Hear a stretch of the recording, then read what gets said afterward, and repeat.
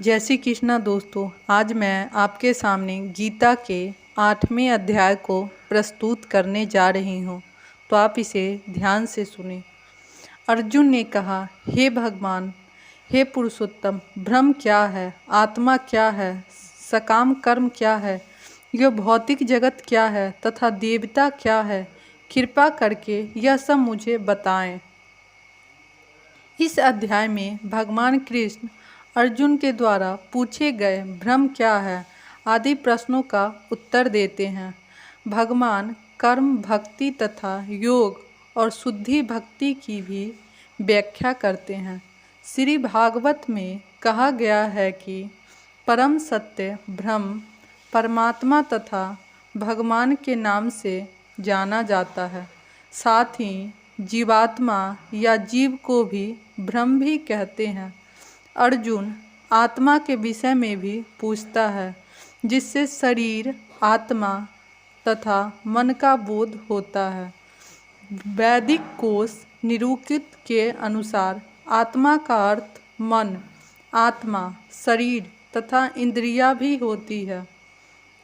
अर्जुन ने परमेश्वर को पुरुषोत्तम या परम पुरुष कहकर संबोधित किया है, जिसका अर्थ यह होता है कि वह मेरे ये सारे प्रश्न अपने मित्र, एक मित्र से नहीं अपितु परम पुरुष से उन्हें परम प्रमाण मानकर पूछ रहा था, जो निश्चित उत्तर दे सकते थे।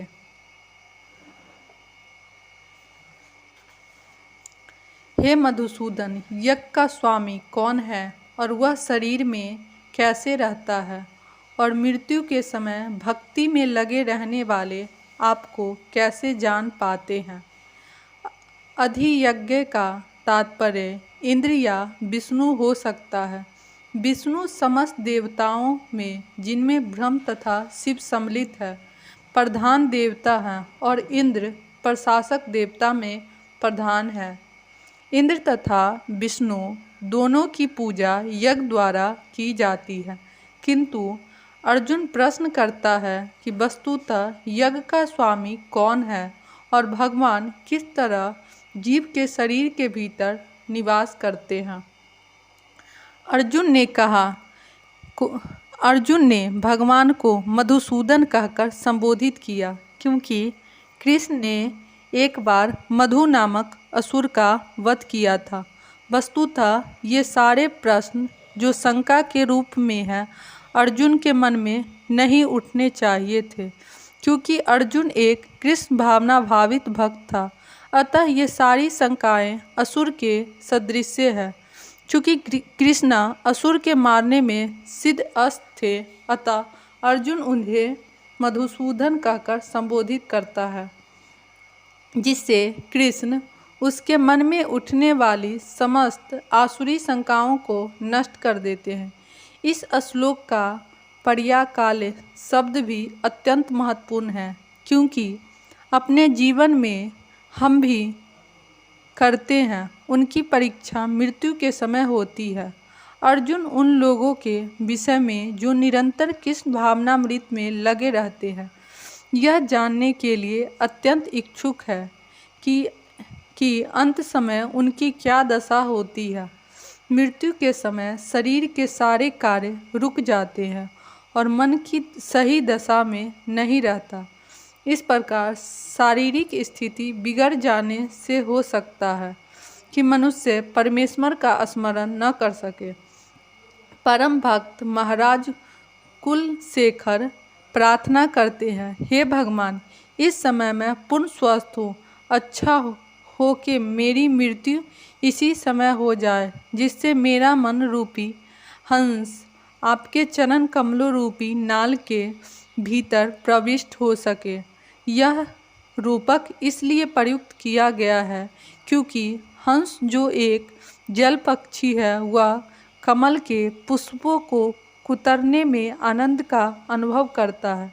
इस प्रकार वह कमल पुष्प के भीतर प्रवेश करना चाहता है। महाराज कुलशेखर भगवान से कहते हैं, इस समय मेरा मन स्वस्थ है और मैं भी पूरी तरह स्वस्थ हूँ। यदि मैं आपके चरण कमलों का चिंतन करते हुए तुरंत मर जाऊं तो मुझे विश्वास है कि आपके प्रति मेरी भक्ति पूर्ण हो जाएगी, किंतु यदि मुझे अपने सहज मृत्यु की प्रतीक्षा करनी पड़े तो मैं नहीं जानता कि यह क्या होगा, क्योंकि उस समय मेरा शरीर कार्य करना बंद कर देगा, मेरा गला रुंध जाएगा और मुझे पता नहीं कि मैं आपके नाम का जप कर पाऊंगा या नहीं। अच्छा यही होगा कि मुझे तुरंत मर जाने दे। अर्जुन प्रश्न करता है कि ऐसे समय मनुष्य किस तरह कृष्ण के चरण कमलों में अपने मन को स्थिर कर सकता है। भगवान ने कहा, अविनाशी और दिव्य जीव ब्रह्म कहलाता है और उसका नित्य स्वभाव अध्यात्म या आत्मा कहलाता है। जीवों के भौतिक शरीर से संबंधित गतिविधियाँ कर्म या सकाम कर्म कहलाती है। ब्रह्म अविनाशी तथा नित्य है और उसका विधान कभी भी नहीं बदला, किंतु ब्रह्म से भी परे परम ब्रह्म होता है। ब्रह्म का अर्थ है जीव तथा परम ब्रह्म का अर्थ है भगवान है। जीव का स्वरूप भौतिक जगत में उसकी स्थिति से भिन्न होता है। भौतिक चेतना में उसका स्वभाव पदार्थ तथा प्रभुत्व जताता है, किंतु आध्यात्मिक चेतना या कृष्ण भावनामृत में उसकी स्थिति परमेश्वर की सेवा करता है। जब जीव भौतिक चेतना में होता है तो उसे इस संसार में विभिन्न प्रकार के शरीर धारण करने पड़ते हैं। यह भौतिक चेतना के कारण कर्म अथवा विविध सृष्टि कहलाता है। वैदिक साहित्य में जीव को जीवात्मा तथा ब्रह्म कहा जाता है, किंतु उसे कभी परम ब्रह्म नहीं कहा जाता। जीवात्माएं विभिन्न स्थिति ग्रहण करता है। कभी वह अंधकारपूर्ण भौतिक प्रवृत्ति से मिल जाता है और पदार्थ को अपना स्वरूप मान लेता है, तो कभी वह परा आध्यात्मिक प्रकृति के साथ मिल जाता है। इसीलिए वह परमेश्वर की तटस्था शक्ति कहलाता है। भौतिक या आध्यात्मिक प्रकृति के साथ अपनी पहचान के अनुसार ही उसे भौतिक या आध्यात्मिक शरीर प्राप्त होता है।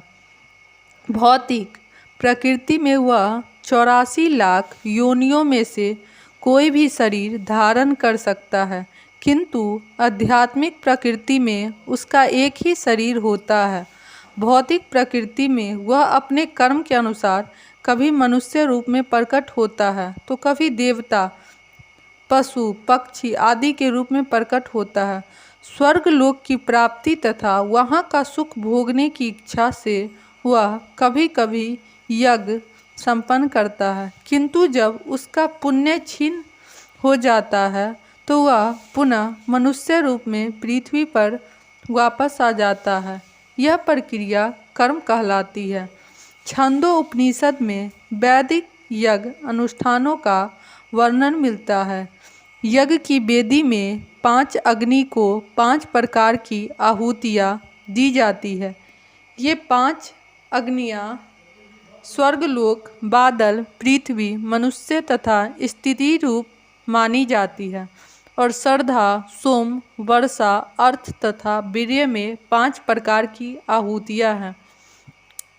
यज्ञ प्रक्रिया में जीव अभीष्ट स्वर्गलोकों की प्राप्ति के लिए विशेष यज्ञ करता है और उन्हें प्राप्त करता है। जब यज्ञ का पुण्य क्षीण हो जाता है तो जीव पृथ्वी पर वर्षा के रूप में उतरता है और अन्न का रूप ग्रहण करता है।